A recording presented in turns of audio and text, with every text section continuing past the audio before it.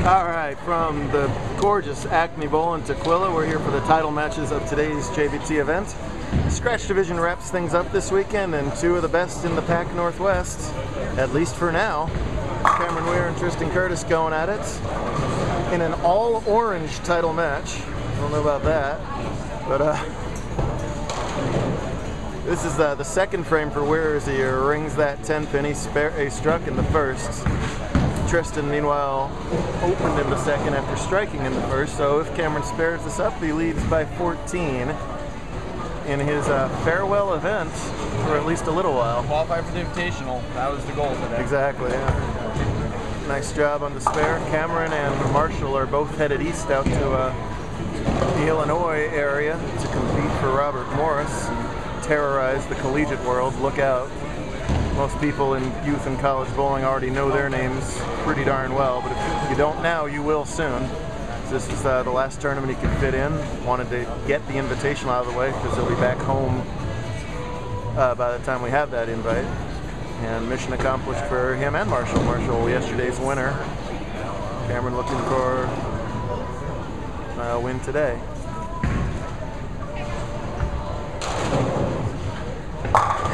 Dead flush in the 1-3, just like he did 12 times in a row earlier today in the Survivor rounds for the only 300 game of the event, and the only game over 260 this weekend, if I remember correctly. One of just a couple. Oh, yeah. With the exception, because I know he'll Facebook me immediately while watching this video of Tristan's 266, which he just shot in the semifinals to defeat Tyler Stickler in Survivor action here. The second orange man. No, light hit 210. Orange is in. Orange has been in for at least a month here as Tristan won the Touring Players Championship less than a month ago to wrap up the previous season and earn our most important title of the year. Cameron's got the plaid and orange going on. And when Tristan won that TPC, he won in orange, lime green, and plaid. Cameron trying to put some kryptonite on there with the plaid and orange. He's got some green too, it's just in his teeth. No, he did not say that. Did you say that, Evan? Take that back. It's Sunday afternoon, you know, we're a little... I'm pretending I've already walked away. So. Back-to-back opens for Curtis in an early big hole for the four-time champion from Fife. Are we doing a King of the Hill? I would love to do a little two-frame King of the Hill with 6-year-old handicap champ Sebastian and the winner here. And there'll be a surprise handicap, so stay tuned for that. Well, Tristan kind of fishing around the pocket right now, doesn't have a great look. Cameron made a great ball change on the previous pair that he was on to defeat Travis Smart 223 to 209 to reach the title match. Tristan obviously was in deadlock on 5 and 6, but they're different pair to pair, which, you know, can happen on any condition, but especially in Survivor. Survivor format, if you don't watch our tour closely, there's an equal number of people on each pair. You bowl one game and the lowest man is out. Lowest person is out, I should say, on each pair. So you don't have to be the best, you just got to beat somebody. These are the last two bowlers standing from that. Leads to some pretty exciting matches. Instead of waiting just for the step ladder for do or die, it's do or die over 12 different pairs for a couple hours.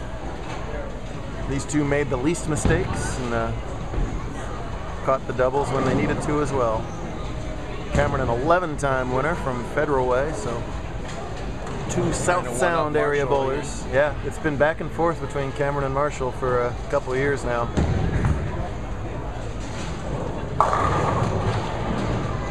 However, that ball checks up just a pinch early, and the 410 has him scratching his head.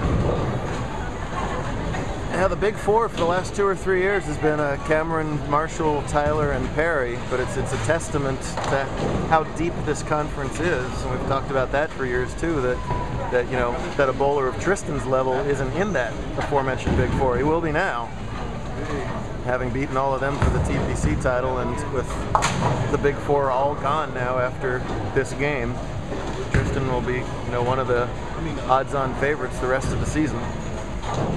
It's going to be a weird looking point list with Marshall and Cameron at the top, just like always after 2 events, but they're going to be frozen at that for at least 3 months. I don't know if they can get back over December break or not. Acme Bowl, my favorite bowling center on tour. No offense to the other ones, just a really, really neat layout here. It's 30 lanes of regular bowling and 10 more of VIP sort of lane. Really neat sports bar, really classy atmosphere, and a great crew led by Gary Larson. So thanks to Acme for hosting this. Thank you. Better shot, but a really flat 10 there. You can tell by Cameron's reaction, not happy the way that ball went through the pins. We bowled on a European Bowling Tour pattern from Catalonia. After yesterday's extremely high friction pattern, this must have felt like double shark to these guys, but it was really a medium pattern in terms of length and volume. Bowlers kind of carved out a pretty good look at it, and the scores went up for the most part during the day. And there's something you won't see him do very often. First of all, shout out to the Clear Wolf, but second of all, Cameron Weier doesn't miss many spares. And that just about shot Curtis out of his chair there. And that's second life as Weier goes open to let Tristan right back into this match, which is virtually tied now. And immediately, like the champion he is, takes advantages and throws his best shot of the match so far and flushes 10 in the pit. Tristan threw the strike of his life back a few Sundays ago up in Vegas. He needed to strike to beat Marshall Kent to win the TPC on a lane he looked awful on, and dug down from somewhere and got that strike. You know, it was a strike from up above, literally. Trails by 2, can grab himself an 8-pin leader if we see the first double of the title match here. You mentioned the one. Oh, on the other one. I mentioned it here. Yeah, look at that. Well, talk about depth on tour. That's why Tristan is up there with him as well, as he takes maximum advantage of Cameron's errors. It has been non-stop excitement here for about 2 hours. All started off by Josh Mullen, who went absolutely textbook in Powerball to finally break the ice. The first Powerball win since March of 2 seasons ago now at this point.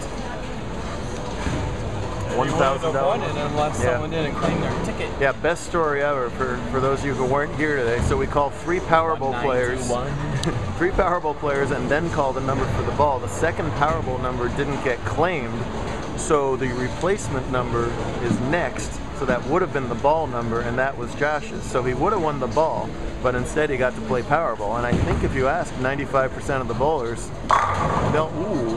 they'll take a guaranteed bowling ball over a crack at $1,000 in Powerball any day, because Powerball's hard. I mean, I certainly would. Yeah. Let me know in the comments of this video if you feel differently. But so instead of getting the guaranteed ball, he had to go play Powerball, and he was actually sitting in front of me counting down the numbers until the first ticket was void. So he played a part in this whole thing right from the start.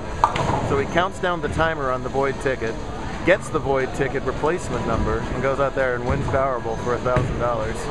And we weren't 100% sure. We tried to hunt down the missing ticket person. We think it was Thomas Newt. So if that wasn't, we asked. Oh, it wasn't Thomas? Okay, so we still don't know. Had the replacement number. What was it, Evan? It was last 4 digits, blue ticket, 1921. So look in your laundry right now, and if you have blue ticket, last 4 digits, 1921. 1921, and you just gave Josh Mullen $1,000, and he owes you at least 10%. So really quite a story for Powerball there, and since then we've had tiebreakers. Whoever was standing behind Nichols' mom. Wow. Meanwhile, we have in front of Quentin. Meanwhile, we have back-to-back 8 pins, neither of which was your traditional solid 8. Some of the racks on the low end of the center have been a little bit funny. They got some new pins in here, and they got to recalibrate the machines for those. And I know 3 and 4 had a pin that was a little weird. The bowlers were afraid of 5 and 6, but back-to-back 8 pins is just wacky. Wacky, Evan. Wacky, sir. Well, at least he spared them both this time. Yeah, so since Tristan jumps out of his chair, he wants. since Powerball, it's been just insane around here with ties, 1-pin losses, 1-pin wins. Well, maybe we'll have a 1-pin win match here too. We'll have to watch part 2 to find out.